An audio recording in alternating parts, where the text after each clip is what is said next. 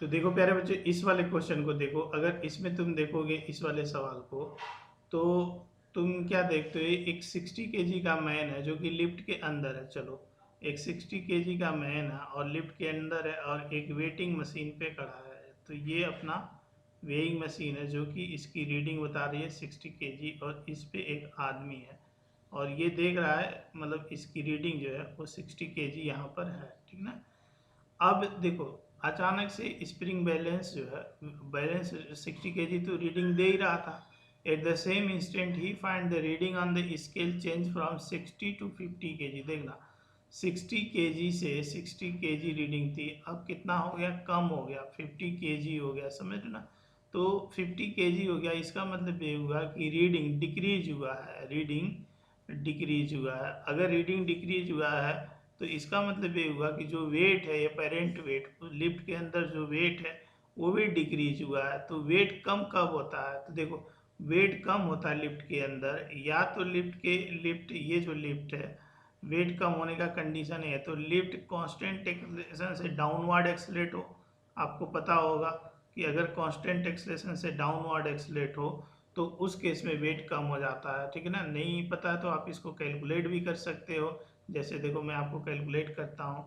इस पे नॉर्मल ऊपर लगेगा, mg नीचे लगेगी, और अगर मैं इसी के फ्रेम से देखता हूँ, इसी पे बैठा हुआ एक आदमी देख रहा है, ये चेयर लगा के, तो ये सूडो लगाएगा उस पे, सिंस एक्सलेशन नीचे है तो सूडो इस पे ऊपर लगाएगा, ठीक है। और pseudo mass of man acceleration of lift.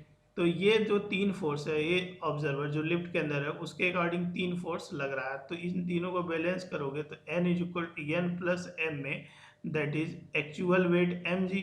तो n जो है अपेरेंट वेट है, इसको मैं n डैश बोल देता हूँ, ठीक है ना, अपेरेंट वेट n डैश। तो यह आ जाएगा mg माइनस m में। देखो, लिफ्ट के अंदर वेट कम हो जाती है कब, जब लिफ्ट डाउनवर्ड एक्सलेट होती है।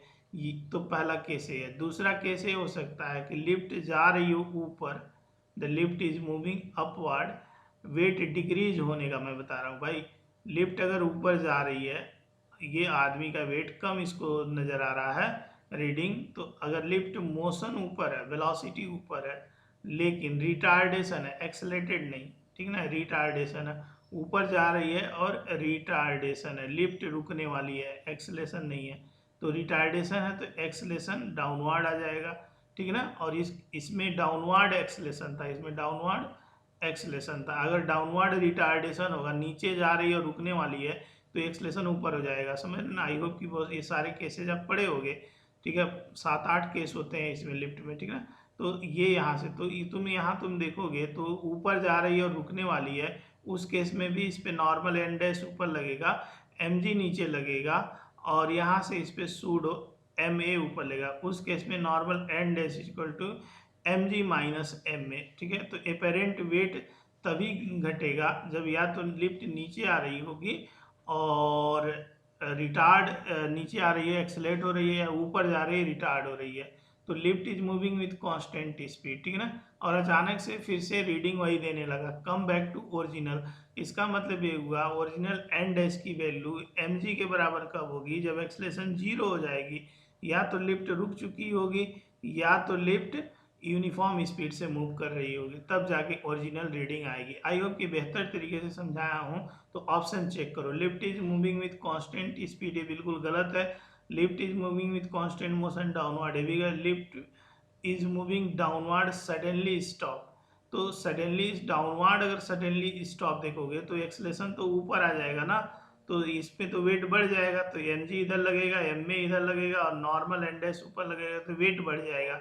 तो सी भी गलत है। Lift is moving upward and suddenly, मतलब अपवर्ड रिटार्डेशन, ठीक है। ये वाली चीज है अपवर्ड मतलब रिटार्डेशन। तो डी ऑप्शन सही है। Thank you.